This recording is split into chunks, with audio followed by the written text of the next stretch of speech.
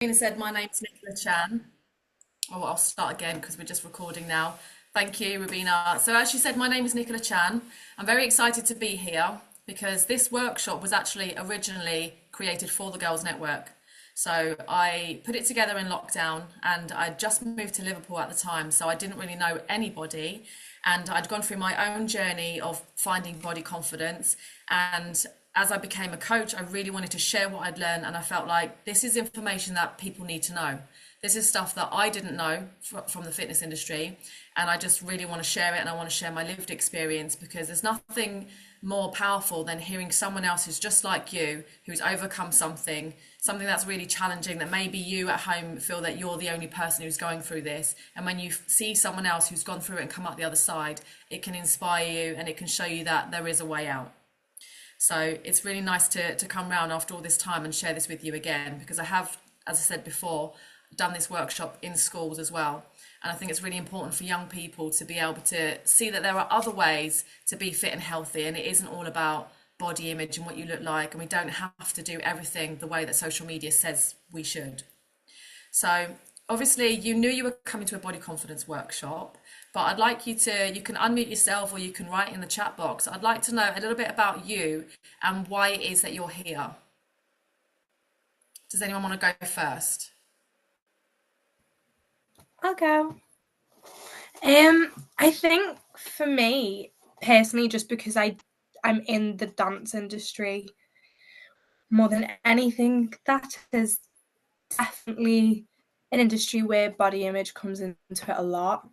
And I know it shouldn't, and it is moving and it is changing, but it's definitely like one of those things where like teachers more than anything just comment on things and then you can just spiral because you're like, I'm not sure what to do. And then I think especially with dance and the type of training that I have anyway, you train your body so hard, so nutritionally you need to be eating the right things to support your body. And unfortunately, in the world of dance, a lot of girls aren't doing that. So I think for me, it's just creating some knowledge about how I can do that well, and how when you're looking at yourself in a leotard every day, you're not going to spiral from that. Thanks for sharing that. So, as I said before, if you've got any questions, you can fire them out along the way, or you can write them down and we can talk about them at the end. Anyone else? I'm Evie, by the way. Hi. Hi, Evie. Um, I think so. For me, I go to an arts university that also specializes a lot in fashion. So I'll be looking outside, and people will be doing like practice runways, things like that, and it can get quite toxic. It's very competitive, and I think with it being such an image-based thing, probably similar to you, Liv, it's kind of hard not to let those sort of comments about visuals in general get to you. So yeah, I think it'd be really helpful to sort of, when I'm going into uni, not have that kind of dialogue in my brain anymore. And Zoom user, what's your name? Uh, my name's Lisa and Louisa. Lisa. Lisa. Yeah, perfect. I think for this has been an issue that I've seen a lot of young girls and guys as well, but mainly in young girls, like especially I'd say even in lockdown, there was a lot of trends online, a lot of comparing because you see a lot of people on TikTok, for example, and there was like trends like clothing, workout trending. I think a lot I've seen that a lot of my friendship group, people how they become affected by this. Like even like making that their main point and like their focal point, like that's the main thing they struggled with. And like I can see how it affect someone a lot. And even like as a young girl, I think you do have a lot of pressures to look a certain way and to compare yourself. But I think there's there needs to be more awareness about how you can manage that because it's something I think everyone goes through in different ways. But yeah, I think it'd be good to know how to deal with that as young women. Yeah. So it's interesting, we all have very similar experiences. And you're going to get to know a little bit more about my story as well and how I became a body confidence coach. Because I've actually been in the fitness industry for 20 years. So I am a trained PT and I still actually coach people. But there was one time in my journey that I fell out of love with the fitness industry altogether and wanted to leave. And it was at that moment that I realized if I leave, then they win essentially, because they're giving out one message. And I want to do a different message. So I thought if I stay, I can stay in the fitness industry and I can show people a healthy way to move their bodies. It doesn't have to be about what you look like. It doesn't have to be about aesthetics and trying to get a six pack and going on a diet. It can be about whole being health. So for me, whole being health includes your mindset, you know, emotional, social, spiritual, all of that comes into everything that you are, and it's not just about how you look. So from there, we shall get started.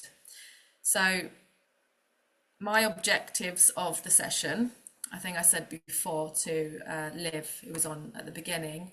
Oh, let me just go back quickly. Is to plant a seed of body confidence. So I can't promise you that you're going to feel any different about your body at the end of this session. But the aim is not to have perfection. It's not to arrive at this destination of I now love my body necessarily, because we might have days that we do love our bodies, you know, but especially as women, we do have periods and we have hormones, and sometimes you feel great in your body and then the next day can happen. It's only been 12 hours and you feel, you know, completely different. So it's riding the waves and knowing that you love yourself anyway, regardless of what's happening with your body, because your body is always going to change. And even if you do love your body right now, the beauty standard might change. You know, in 10 years' time, it might be something completely different. So the idea of this workshop is just to open your mind a little bit, give you a little bit of awareness about what's maybe happened to you previously and what's led you to think the way that you do around your body image and food, and show you a new way that you could go if you wanted to.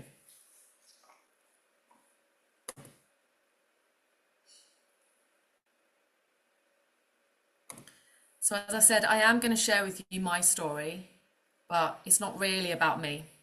It's about you. And each of us has our own journey that's led us to be where we are right now and feel the way that we feel about our bodies.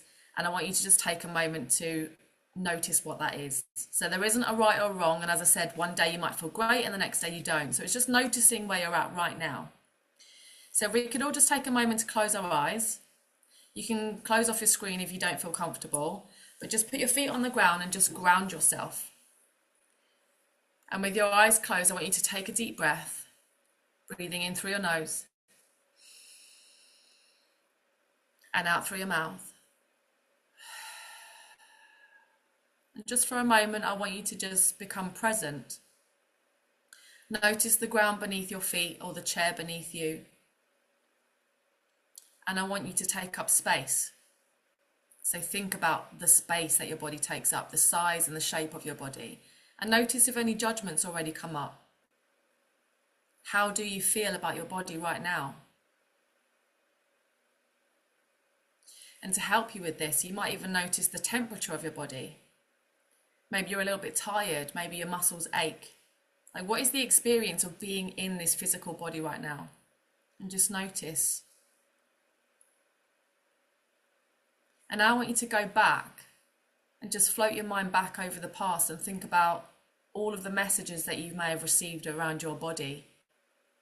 What is right or wrong, how you should look, what you should wear, what you should eat. Maybe messages that you received from your parents as you were growing up around their bodies and how that may have impacted you. Things that you've read in magazines, seen on social media, watched on TV or movies. And all of these messages that you've had from outside and how that's made you feel about your body. Bring yourself back into the present and think about maybe when you're going out and how many times you might change your outfit before you go out. How you feel when you're hormonal or on your period and your body's a bit bloated. How do you feel when your body changes? When you're unable to exercise, maybe you're injured or ill.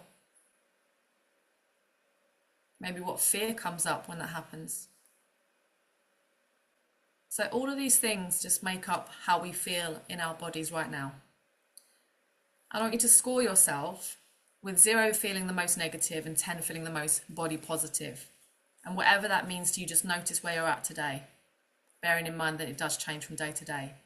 And you don't have to share it, but I just want you to notice how you feel. Let's take another deep breath, in through the nose, out through the mouth, and then open your eyes and back in the room. So this is my story.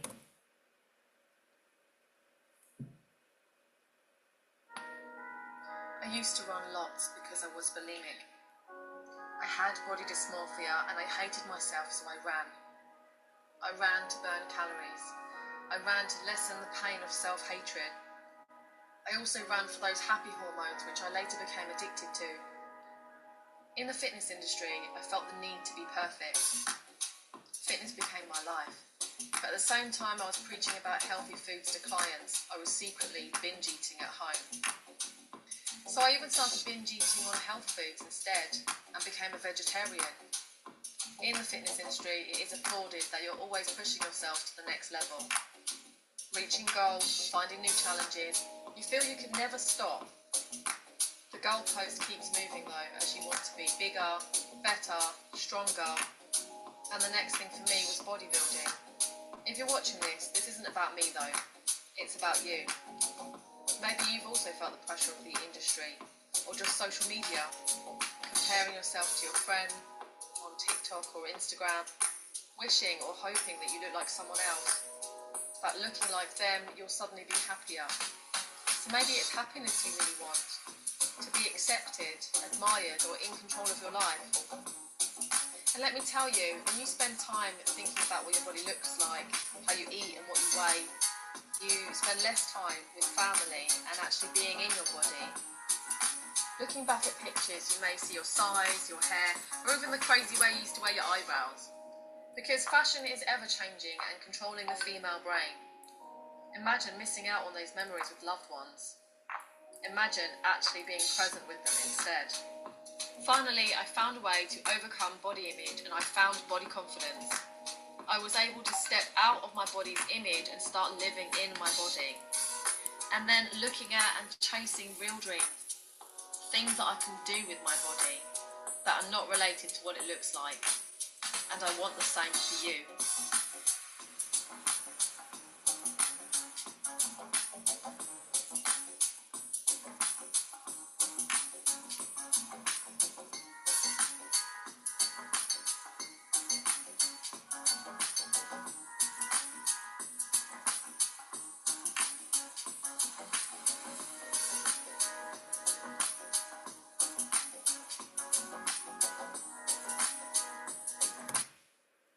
Right, so does anyone have any questions on what you've just watched so far?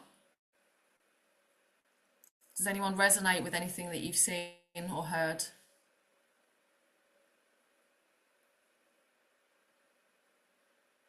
Have you had that experience where you haven't been present, maybe at the dinner table because you're thinking about all the calories and what that will do to your body?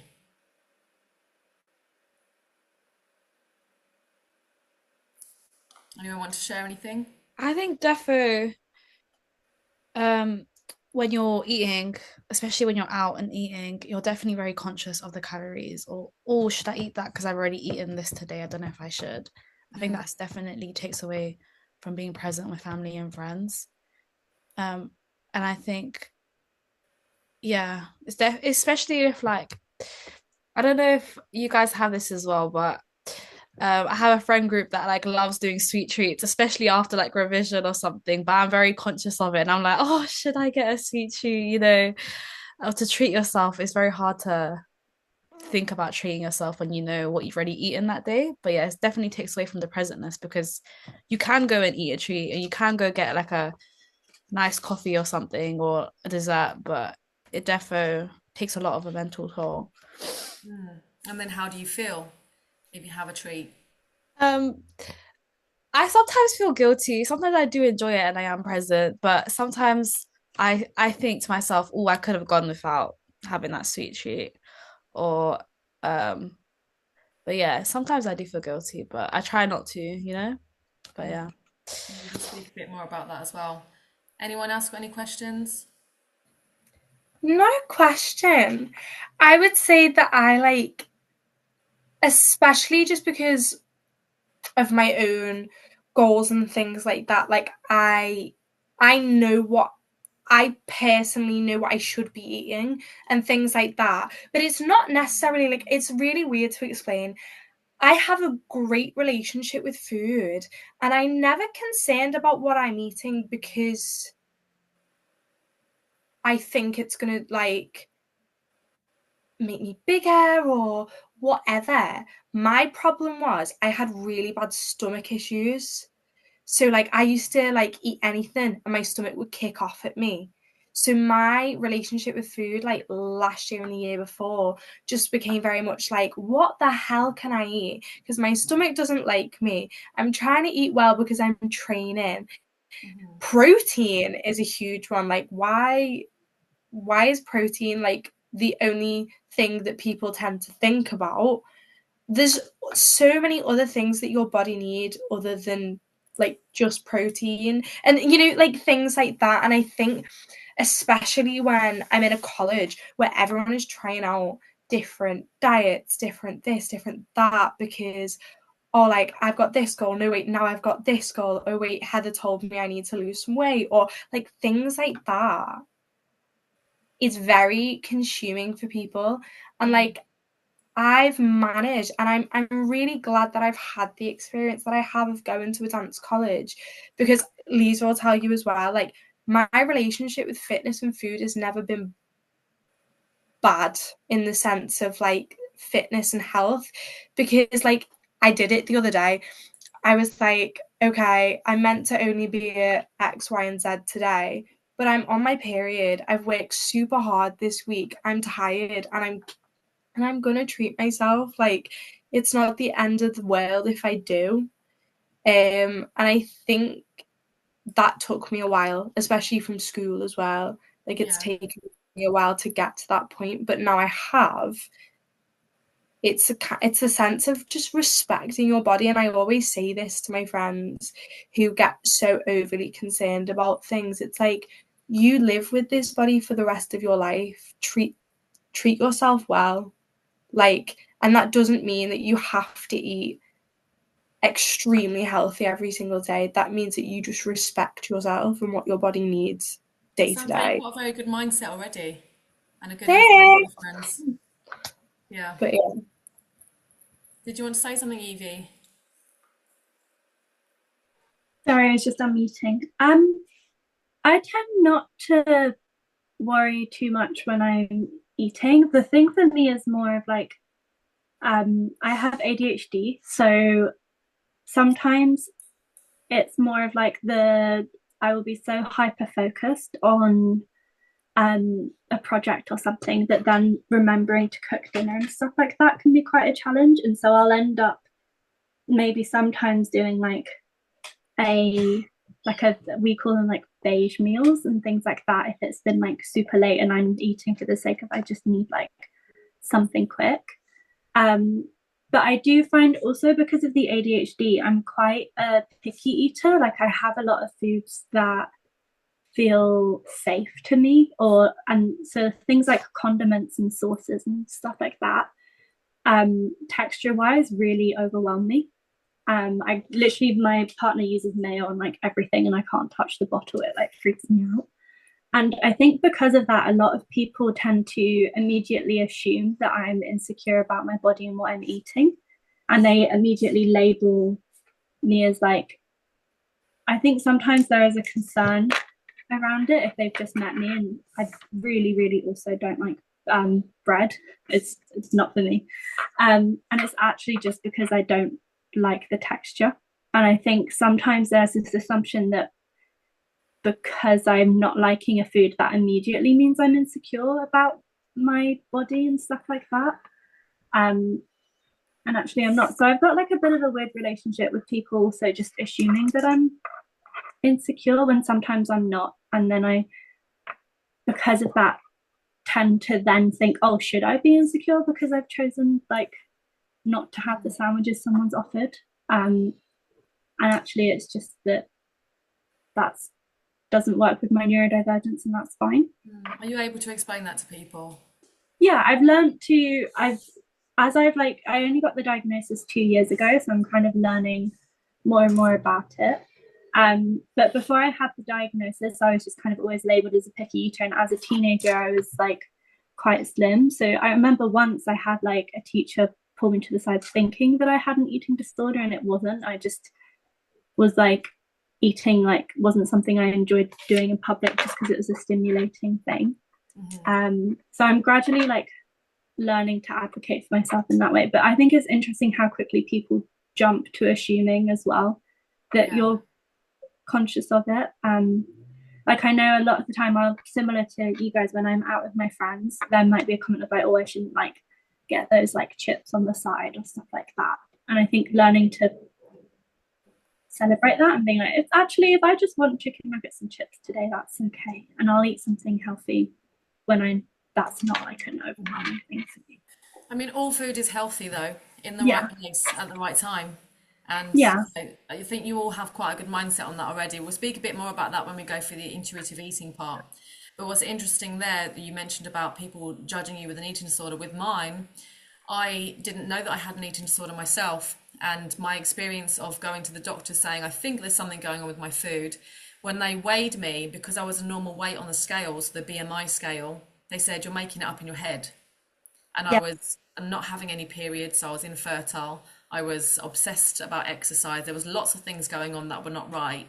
But I didn't realise the difference between an eating disorder and disordered eating. Yeah. And so obviously to be classified with an eating disorder, you have to fit the guidelines of the DCM, the medical book. And that goes, you know, they use BMI to use those guidelines. And I was outside of that. So because I was a normal weight, it seems that, you know, things are hunky-dory. But actually a lot of my behaviours as well were, a lot of the people in the fitness industry were doing the same things. So it also seemed like, we're, you know, this is just Kind of normal. echo chambering. And the messages in the media as well around calories, if you eat this, you need to exercise it off. It gives you that feeling that if I've eaten and I haven't moved my body, I should now move my body. You know, so we'll talk a little bit more about that as we go on. I wanted to share with you here about body dysmorphia. I would say I had body dysmorphia. I had a morphed view of my body. And when I eventually did get some therapy, I changed that doctor, by the way. You can always get a second opinion. I then got some CBT. And with CBT, they would ask me what size I think my body was. And I definitely had a morphed view. So I saw myself differently to how other people saw me. But it's not always about fat and thin, about big and small. Body dysmorphia can be debilitating for people who have it. It's like OCD, and it's a fixation on various parts of your body. So it could be your skin, your eyes, the shape of your face, or anything. And so it is a real thing. I used to do radio back when I lived in London, a radio station called Hayes FM, and I originally used to talk about fitness on the radio. And because I've been quite a public person with my job, I would then, as I was going through my own journey, I didn't want to talk about fitness anymore. I was thinking about leaving the industry, as I said.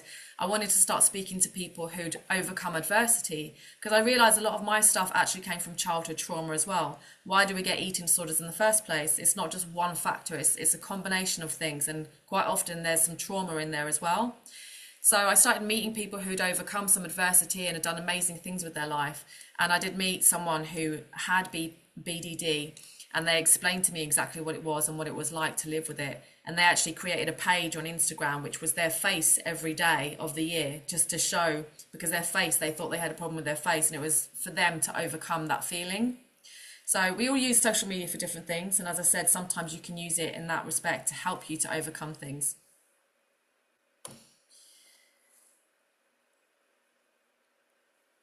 So why diets don't work?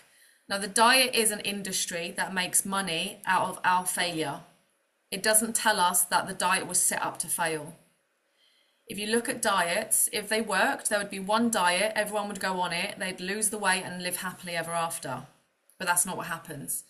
Diets work initially. We see people go on diets, we've been on them ourselves, and we lose initial weight. But within 5 years, the research shows that we gain the weight back plus more. So what actually happens when we go on a diet, we reduce the amount of calories that we put in our body by reducing our food. We expend more calories by doing more exercise. Now, our happy, healthy body that was getting a certain number of calories starts looking for this deficit. Where's it gone? And so it takes that off your body. So the fat on your body is there for two things. It's for warmth and it's for energy. And energy is basically calories. It's a measure. Calories are a measure of energy. So it starts taking that energy from your fat. So you lose the initial weight. Then what happens is, in society, you're probably applauded that you've lost some weight. People are asking you, what have you done? If, like me, you had low self-esteem, low confidence, and you start getting all this admiration, it feels good. You feel validated. You feel like, oh, I'm doing a good thing. Perhaps I need to diet even more, you know? But no one said there was a problem with my body before, but now I'm getting all this admiration. Perhaps I need to do it more. What happens after some time is you end up binge eating. Has anyone been on a diet and then ended up overeating? Yeah, hands up. And when you binge eat, how do you feel? You feel like you've fallen off the wagon. You feel like you've failed. You feel guilty. You feel shame. And this is not your fault. This is a physiological response to restriction. But there's also emotional responses. There's also, if you look at labeling of food, there's food that's called guilt-free or sinful or light. The words that are written on food can give you this emotional attachment. So that's where we get the emotions around food. After that, you probably might gain some weight, definitely bloated initially. But if it continues, you'll gain some weight. And then you go back to not liking your body image. Why did we diet in the first place? Because we didn't like our body image, or because, you know, we looked at a certain celebrity that had a certain body and we wanted to be like them. And we're told that this is the beauty standard, and if you achieve this look, then you'll be happy. I've been a PT for 20 years, and mostly the people that come into the gym and they say they want a personal trainer. Why do you want a personal trainer? Because I want to lose some weight, or I want a six-pack. So it's all about aesthetics. Well, why do you want that? Well, because I think I'll attract a partner. Well, why do you want that? Because then I'll be loved. Well, why do you want that? Because then I'll be happy. So if you actually dive down, why do people do things? And it could go with any other behavior, actually. It's normally because they want happiness. But they don't come into the gym thinking, oh, I've come here to find happiness. Because we don't see it like that. We just see, oh, I want a six-pack. And we don't always question. So this is where the awareness comes in. And if you look at the beauty standard, there may not have been an issue with your body image to begin with, but we're sold that there is. We're sold that there is a problem and then there's a solution. And this is how they make money from us. So the fitness industry, the diet industry. Does that make sense? If you think about our brain and how our brain has developed over time, we've got the reptilian part of the brain, which lives at the back. This is, if you think like caveman era. If we were in the cave and we lived with our family and food was scarce, we would have to leave the cave and face danger to go and get some food. If we found a big bush of berries, we would binge eat that bush of berries. Yeah, we would store that extra fat so that when we go back to the cave and we're back in a famine, we would have extra fat and extra energy on our body so that we could keep ourselves alive. This part of your brain is always in survival. It wants you to stay alive. It doesn't care what you look like. So therefore, if you go on a diet and you restrict the amount of calories that your body is eating, you exercise more to expend more calories, your body is looking for those calories. And it's gone back into that reptilian part of the brain that says, I now need to binge because I'm in restriction, I'm in starvation. Now, if any of you have ever been on a diet before, you know pretty much straight away all you can think about is food. So it takes a lot of willpower in the beginning. And then other things come into play. You have to do more and more things to keep you motivated to stay on the diet. So how long that period of time is different for everybody. And how many cycles you go through is different for everybody. But within 5 years, you will gain that weight back plus more. Research also shows that if you diet earlier, when you're younger, like as a teenager, you're more likely to be obese as an adult. And this is where we come on to set point theory. So your set point is your natural, healthy body weight for you. If you think about when we were born, I'll come back to this one. If you think about when you were born, we all weighed different weights. We all look different. We all have different skin tones. We're meant to be different. The world is diverse, and that's the beauty in the world. However, we're told at a certain point, this is the beauty standard. This is the celebrity that's fashionable at the moment. This is the body type, and we want to achieve that. So let's eat like they do. But if we all eat the same, we're still going to end up with different bodies. We all have one friend who's in a bigger body who maybe doesn't eat that much and is really struggling to lose weight. And we have another friend who's in a smaller body who eats loads and they can't ever gain any weight. This is the natural genetics. If you look at this first picture of the woman on the left, that's her set point, her natural healthy body weight. Are you all familiar with the word homeostasis? Homeostasis means balance, yeah? So if you think about your temperature of your body, we have a natural temperature of about 37 degrees, which is why we know when we're not well, because our temperature rises and we get hot. Yeah, if the room that you're in now, the temperature was to rise and you set the thermostat at 37 degrees, it would put the aircon on and it would cool down the room to be 37 degrees. If you opened all the windows and it was freezing outside and the temperature dropped below 37, the heating would turn on and it would bring it up. Your body does the same thing with your temperature. You sweat when you're hot and you shiver when you're cold. Your body's always trying to stay in balance and homeostasis. It has the same thing with your body weight. So think about it when you go on holiday and you maybe eat a little bit more, you do a little bit less exercise, you gain a few pounds. If you do nothing, your body will raise your metabolism to bring you back down. Same way when you get ill and you don't eat, or maybe you vomited and you've lost some weight, you never have to try to regain that weight, do you? Your body naturally does it. It's only that we're told by society that losing weight is good and gaining weight is bad, that you do nothing if you lose weight. Whereas if you gain weight, you think that you have to do something to control it to bring it back down. So your body is smarter than you, and your body will do this for you, exactly the same as your temperature. Now, as you can see from this image though, we can mess up our set point. We can easily bring it up, but it very rarely goes down. If you were at this beginning picture here, your natural healthy set point, you never dieted, you'd stay probably the same weight most of your life. Maybe after menopause, you might add a few pounds here or there. Yeah, because your body's naturally supposed to change. But you'd be healthy because you'd be what your body calls homeostasis. The second and third picture, you've dieted, you've lost some weight. You're below your set point. You struggle here. You try really hard to stay there. And the longer you stay there, the harder you have to try. It's like pushing a cork into the water. You have to do all of these things to keep it under the water. You are below your set point and the water level is your set point. Maybe you have to go on various diets. Maybe you've got to do more and more exercise. Now, when I was a bodybuilder, I was exercising 16 hours a week and I was eating what I thought was a normal amount of calories, but it wasn't enough for the amount of exercise that I was doing. And I thought, if I let go now, I'm going to become obese because I'm doing so much to stay here that I couldn't possibly eat any more or exercise any less. And at this particular time when I was not having any periods and I wanted to have a baby and I was speaking to the fertility experts, not once did anybody say to me, perhaps you should do less exercise and eat more. Because the government guidelines are always move more and eat less. But that shouldn't be the one size fits all. That's not for everybody. What I needed to, when I eventually did get my periods back, was exactly that: eat more and move less. So we'll go back to the last one. What are calories? Those little things that creep into your wardrobe and sew up your clothes at night. So you see images like this, we're familiar with these, right? This is the kind of marketing messages that we get that may even just go in our subconscious mind, where it says chocolate, for example, this amount of chocolate, this has this many calories, this much fat. If you do this exercise, you'll burn it off. It's this kind of messaging that makes us feel like if we eat food, we should burn it off. The fitness industry talks about your body being like a vehicle, that you don't want to overspill the tank, and that you should always fuel the vehicle for what you're going to use. And we start to get this idea like our body's a machine, and it isn't. We have something called a BMR. This is your basic metabolic rate. Even if you were in hospital, unable to move your body, you still need a certain number of calories just to survive.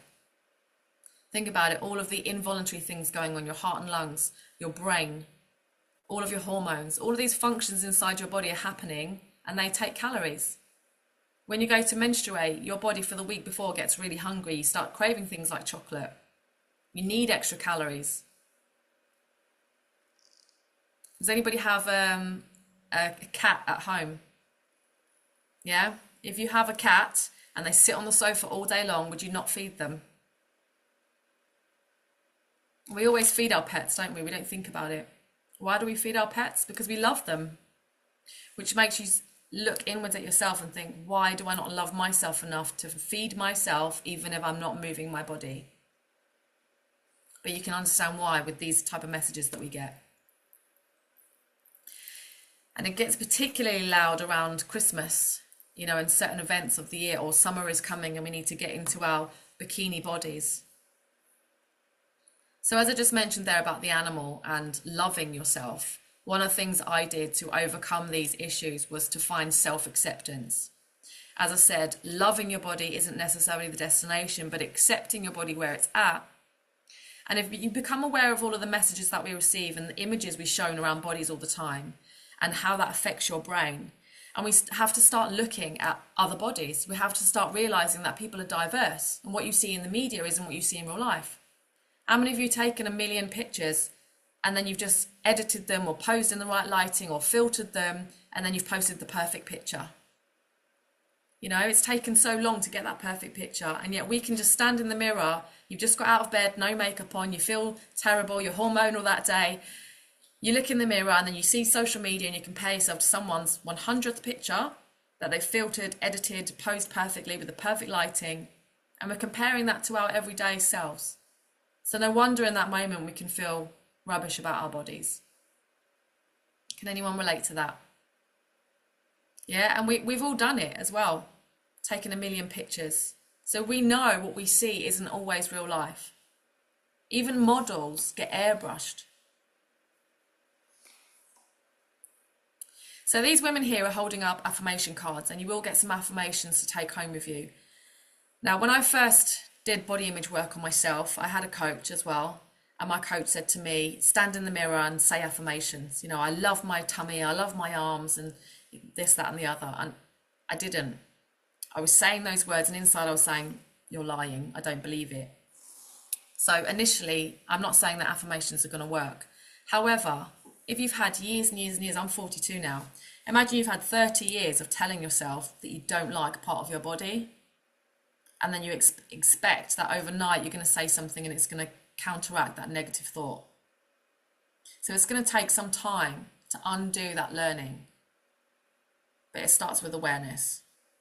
We can be kind to ourselves. It doesn't have to be, I love my arms today. It could be, I love what my arms do. I can hug my children. I can lift weights in the gym. It's about what your body can do.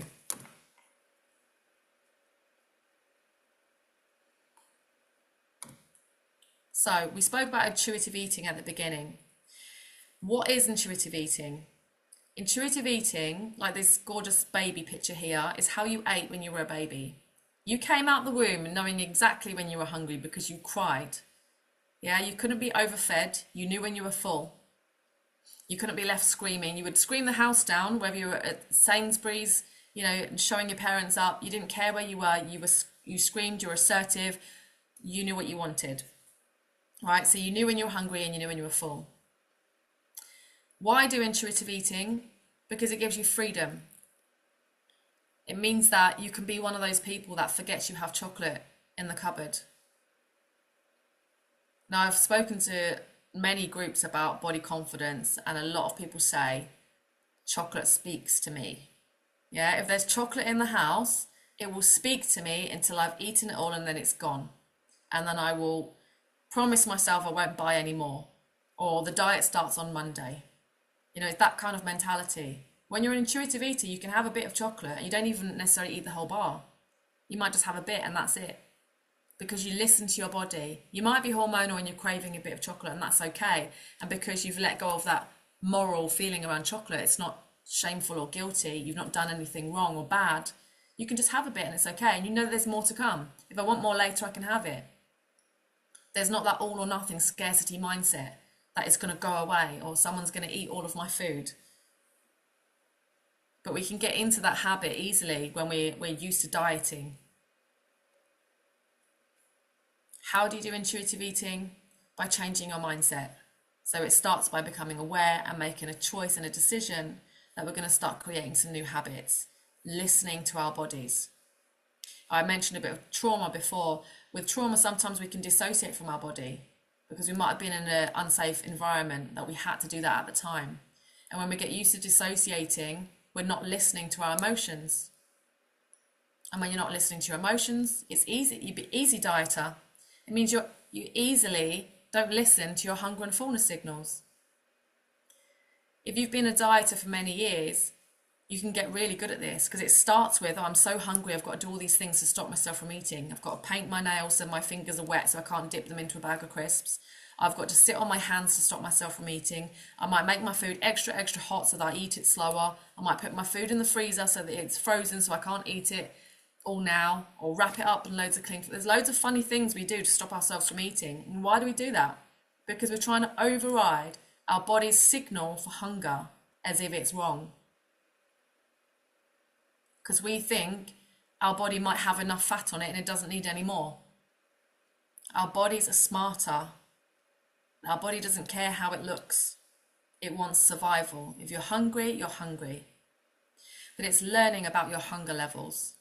And I would recommend anybody go online and just search up the hunger fullness scale. Because sometimes we have other hunger, we have emotional hunger. It could be you're hungry for connection in that moment and you found it through eating food. A bit of comfort.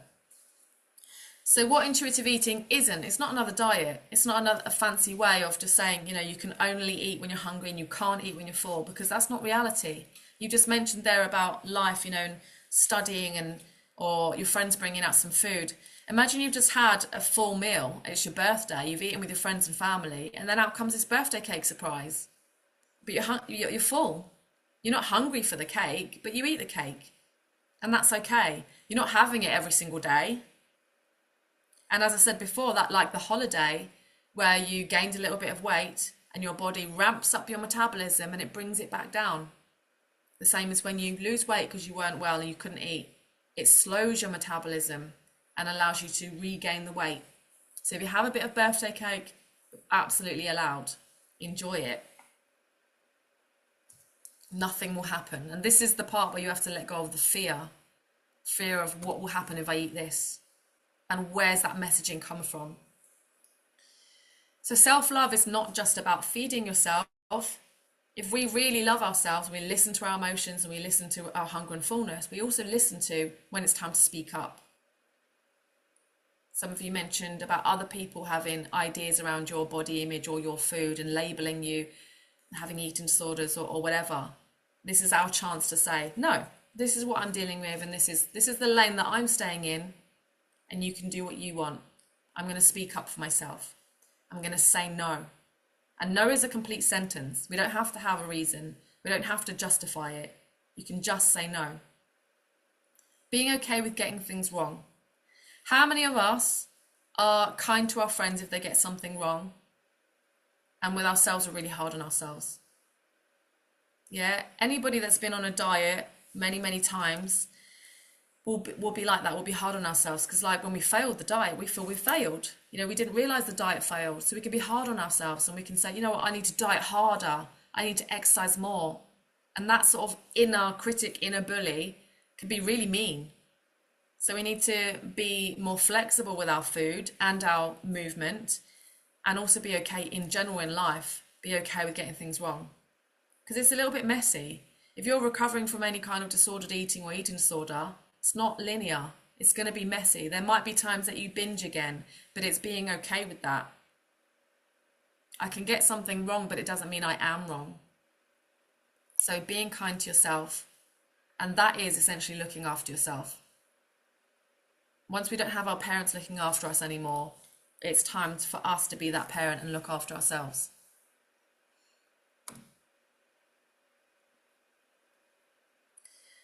So I mentioned there intuitive movement, and I labeled this slide movement for a reason. A lot of us are into fitness, do a lot of exercise, but many people who have had disordered eating or eating disorders have used exercise as a form of punishment. I did. And when I challenged myself on this and was transitioning into body positivity, there was times in the gym that I just burst into tears. I was doing a particular movement. I was asking myself, why am I doing this? Because this movement used to be, I'm building my back muscles. I'm building my biceps. I'm doing this for an aesthetic gain. And so for me, these particular images I've chosen, because that's things that I do in my life that's helped me, because they're more skill-based. If you look at the weightlifting, for example, you get all different size bodies doing weightlifting, and it's about the weight that you lift. It's about the technique and the skill. It's not about how you look. You're not lifting that weight over your head to gain a six-pack. You're doing that to be strong, and so your body's functional. Dance, very similar. Lots of skills in dance. It's freeing. It's a nice way to move your body, be expressive. Does anyone here do any of these movements and skill-based movements? I really like to roller skate. Mm-hmm. I find doing movement that is like fun and silly a lot more like freeing, and in terms of endorphins, I find I get it not just from moving, but kind of in viewing it as like investing in a hobby. Especially roller skating feels quite good for the inner child. I used to do it like growing up. Yeah, anything that's kind of fun instead of like trying to meet a target. I'm just moving, and then when I feel like I want to stop, I just stop. I love that. And that's a really good point that you mentioned there about your inner child, because looking at intuitive eating and going back to being a baby, movement's the same. When you were a child, you just moved. It was fun to move. You maybe danced as well, and there wasn't a right or wrong way to dance. At some point, an adult might have said, "What are you doing? Why are you doing it like that?" And then it's, shamed you and stopped you from doing it. But if we can return to that movement is just moving your body. It might be that you've got slippery socks on and you're sliding around the kitchen dancing. That's what I do with my kids. That's fun. But it's when we start saying it's exercise and it's structured, there's a time and place for that.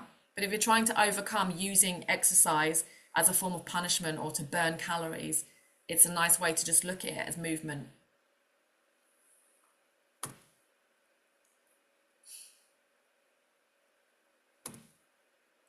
So the only diet I do these days is a detox of social media. And this is a recommendation. You can obviously do what you like. But if you look at social media and we're thinking about being aware of things, being aware of the messages that we've got from the outside world, social media has algorithms. And if you've ever been on a diet or you've ever been a bodybuilder or looked at certain things, it will give you more of that. So the more you look at, the more you'll get. And if you have things in your feed that make you feel bad about yourself, it's up to you to decide, do I want to continue down that path or choose something else? And Instagram, for example, obviously there's lots of different platforms which have different ways of doing it. But on Instagram, when you go to the search button, that will give you what it thinks you want to look at. So on that page, you get to click the 3 dots in the corner. You can unsubscribe and unfollow. And when you do that, if, for example, you were a dieter and you had lots of dieting things to look at, your social media might be quite bare. So you can then decide what you want to put in instead. I always say letting go is a lovely exercise to do with anything in life because it makes space. It makes space for new things to come in and new things that you can put in. For example, like this talk, body positivity, body confidence. HAES stands for health at every size. And it's a book that I've got a lot of this research from by a lady called Linda Bacon. Intuitive eating, body diversity, strong is, I think your faces are in front of that one. Strong is not a size. That is from the British Weightlifting Association. And BOPO, body positivity.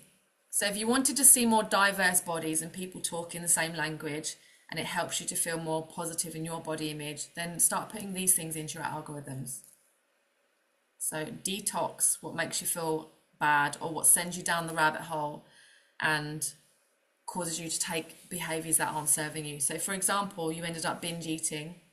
In the army, they call it walking back the cat.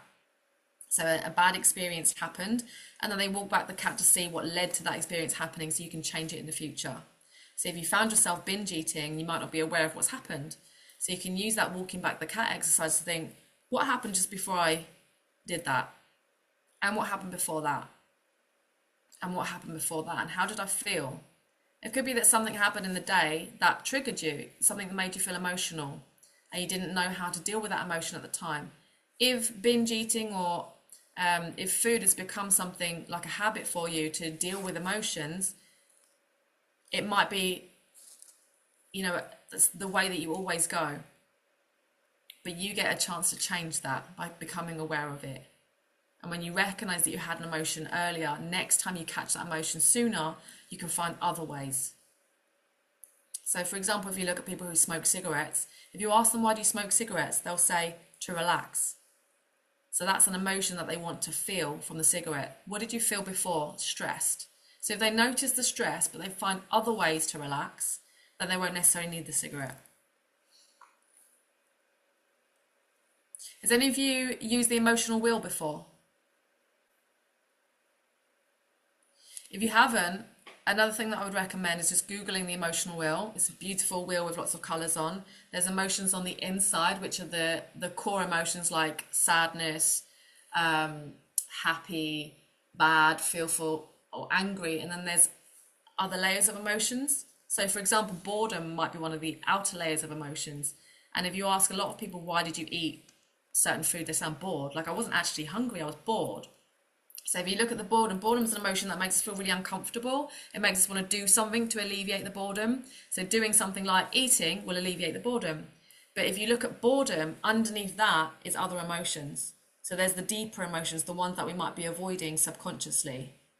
So if we can find out what those are, we can look at feeling that emotion, sitting with it, and then finding other ways to cope with it.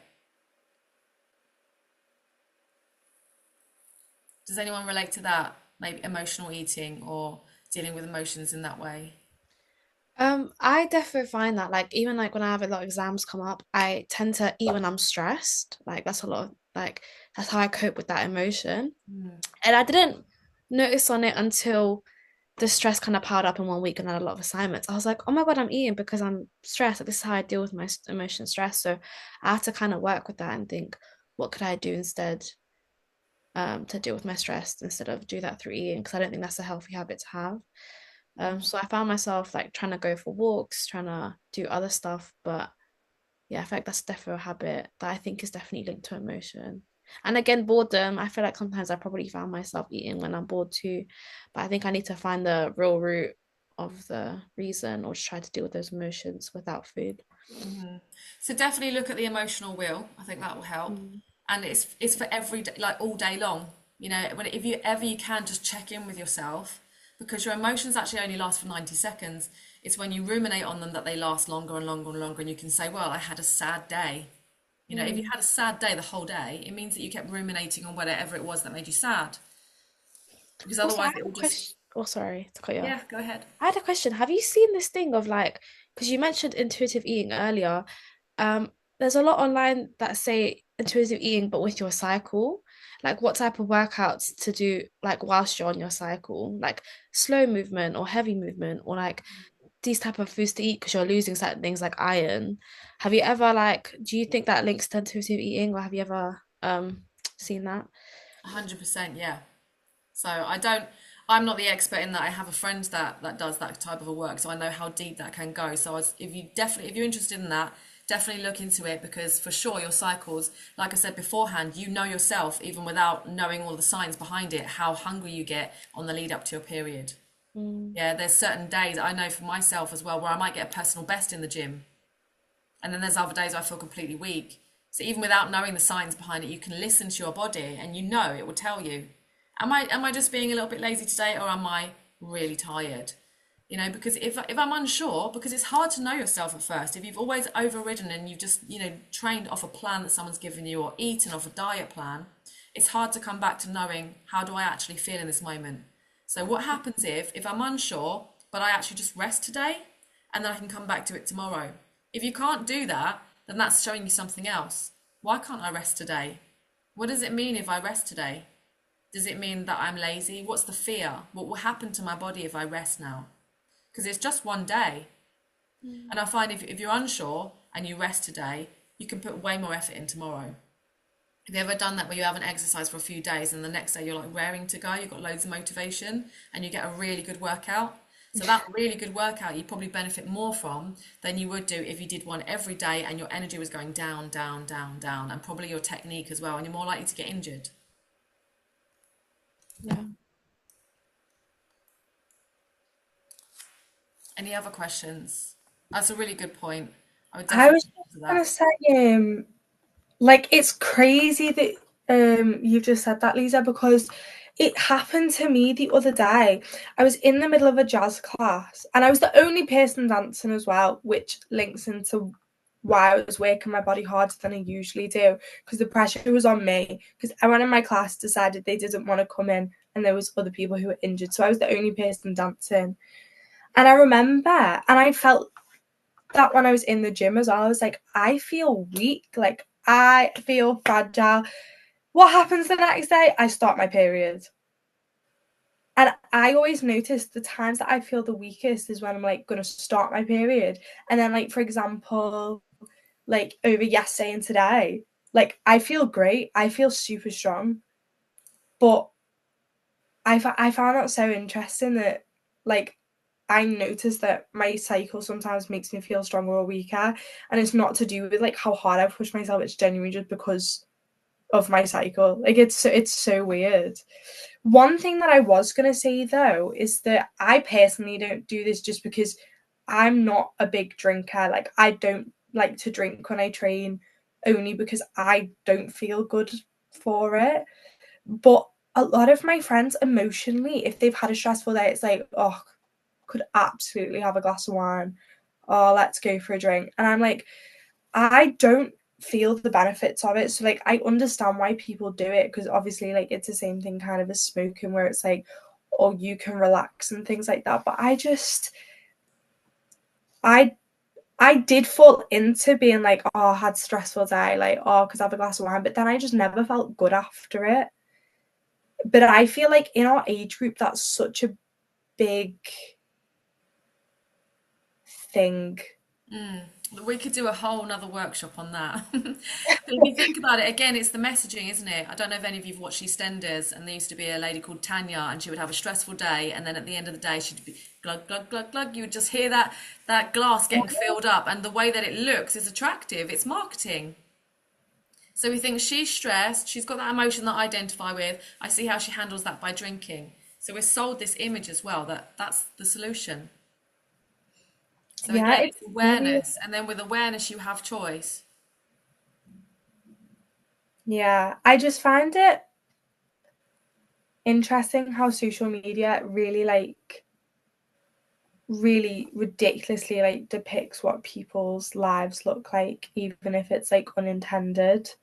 And what I see a lot of as well is influencers who'll paint themselves as like healthy and everything like that, but they're actually promoting like such bad messages and unhealthy habits that people are then going, oh my god, I'm gonna watch this because of like, oh, I want to lose weight. Oh, she eats X, Y, and Z. So I'm going to have to go and eat X, Y, and Z. The one thing that I notice a lot of people do, you know, like the Kardashian diets. Like, I'm going Never to heard try of out like those. what a Kardashian eats in a day. You know, like things like Yeah. that. Hmm.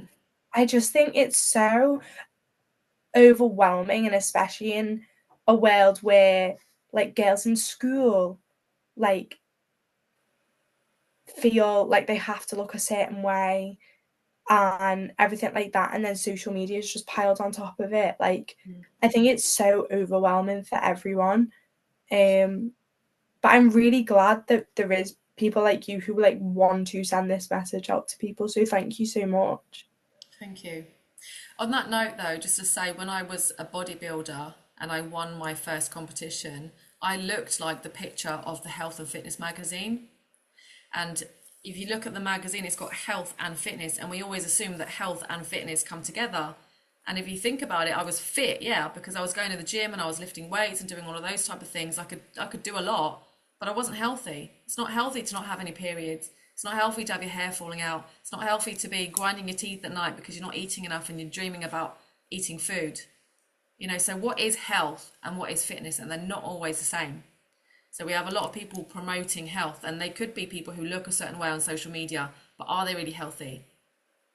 Because like you mentioned about alcohol or smoking or even drugs, they might be doing those things because it might not be affecting the way that they look, but health isn't a look. The same way you can have bigger bodies who are running marathons and eating really well, and you might think they're not healthy, but they are. You can't assume health. We've got hidden disabilities and all sorts of things going on behind people. And the way they move their bodies in the gym as well, you don't know what's going on for people.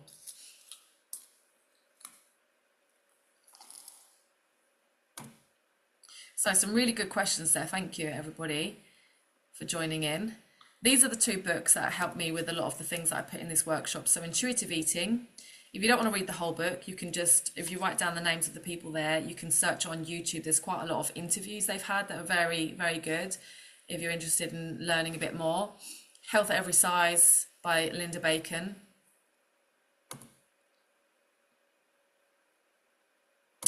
And that's it from me. So this is me actually doing a burlesque performance, which is something that I decided to do at the end of my journey, because I thought that standing on stage in that shiny red bikini was going to be the destination of arriving at the perfect body, and then I'd be happy. As you mentioned earlier about the layers going down, I thought that would bring me happiness, and it didn't, because the perfection line always moves.